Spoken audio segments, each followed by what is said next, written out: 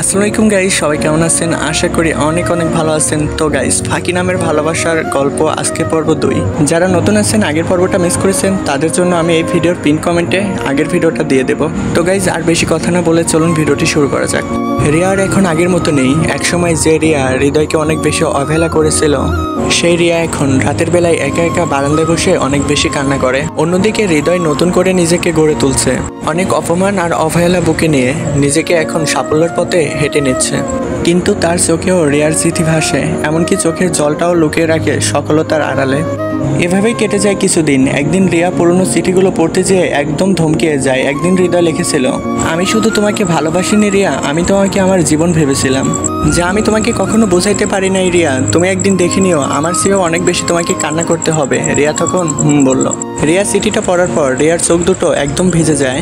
রিয়া তখন ভাবতে লাগে, এতদিন আমি যাকে আমার জীবনের ফাঁকি ভেবেছিলাম, আজকে সেই মানুষটাই কেন জানি আমার জীবনে অনেক বেশি ফাঁকা হয়ে দাঁড়িয়েছে। রিয়া তখন ভাবতে লাগলো, সে কি আমার জন্য এখনো অপেক্ষা করছে নাকি নতুন করে নিজের জীবনটা শুরু করছে।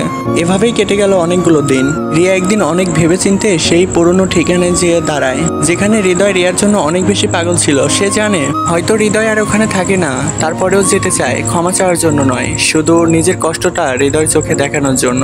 হৃদয় তখন তার জীবনে নতুন কিছু করার চেষ্টা করছে, কিন্তু হঠাৎ করে রিয়ার উপস্থিতিতে নিজের জীবনের ভারসাম্য আবারও হারিয়ে ফেলে। ঠিক এভাবেই রিয়া হৃদয়ের দেখা হয়ে যায়। হৃদয় তখন বলল, হঠাৎ করে তুমি এখানে?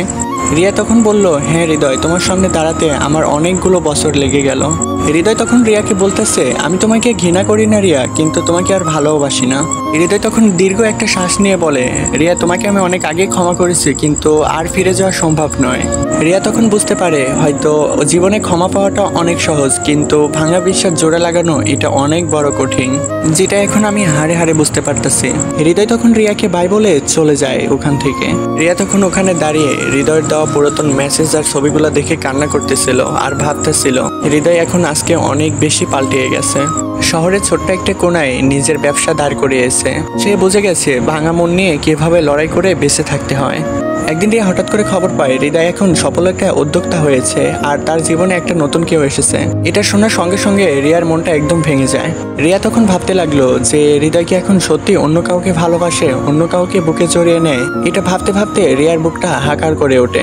কিন্তু যেদিন রিয়া হৃদয়ের দোকানের সামনে যেয়ে হাজির হয়, সেদিন হৃদয় তার সামনে দাঁড়িয়ে বলে, রিয়া, আমি ভালোবাসাটা কখনো হারাইনি, তুমি শুধু আমার বিশ্বাসটা হত্যা করেছিলে।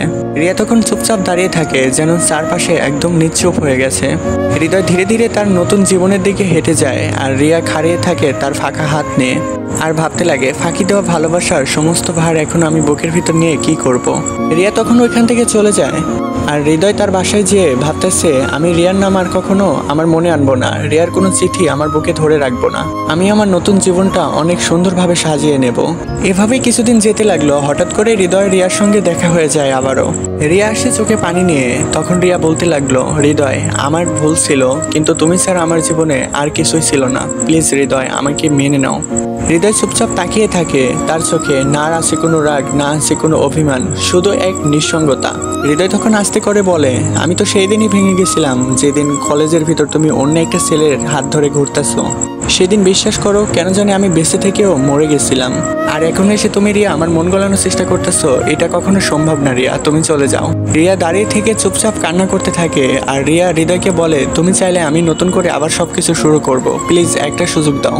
হৃদয় তখন আস্তে করে বলে, ভালোবাসা চলে গেলে তাকে আর বাঁচানো যায় না রিয়া, তুমি আমার বিশ্বাসটাকে হত্যা করেছো। এখন তুমি চাইলে আমি তোকে হয়তো ক্ষমা করতে পারি, কিন্তু আগের মতো ভালোবাসতে পারবো না কখনোই। রিয়া তখনও কিছু বলতে পারে না, শুধু চুপচাপ দাঁড়িয়ে থেকে অনেক বেশি কান্না করতে লাগে। হৃদয় ধীরে ধীরে তার পাশ দিয়ে হেঁটে চলে যেতে লাগে, আর রিয়া ওইখানে বসে কান্না করতে লাগে।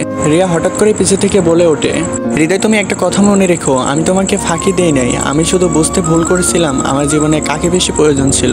হৃদয় তখনও ফিরে তাকায় না। হৃদয় চুপচাপ তার গন্তব্যের দিকে হেঁটে চলে। রিয়া তখন পিছে থেকে আবারও বলে ওঠে, তুমি যদি ফিরে না আসো হৃদয়, তাহলে আমি আমার জীবনটা। তো ফ্রেন্ড, সবাই কেমন আছেন? আশা করি অনেক ভালো আছেন। গল্পটা কেমন লাগলো অবশ্যই কমেন্ট করে জানাবেন। তো ফ্রেন্ড, এটা 2 পর্ব ছিল, 3 পর্ব কালকে আপলোড করা হবে। যারা নতুন আছেন অবভিয়াসলি চ্যানেলটি সাবস্ক্রাইব করে রাখবেন পরবর্তী পর্বের জন্য। তো গাইস, আজকের ভিডিও এতটুকুই। টাটা, বাই বাই, আল্লাহ হাফেজ।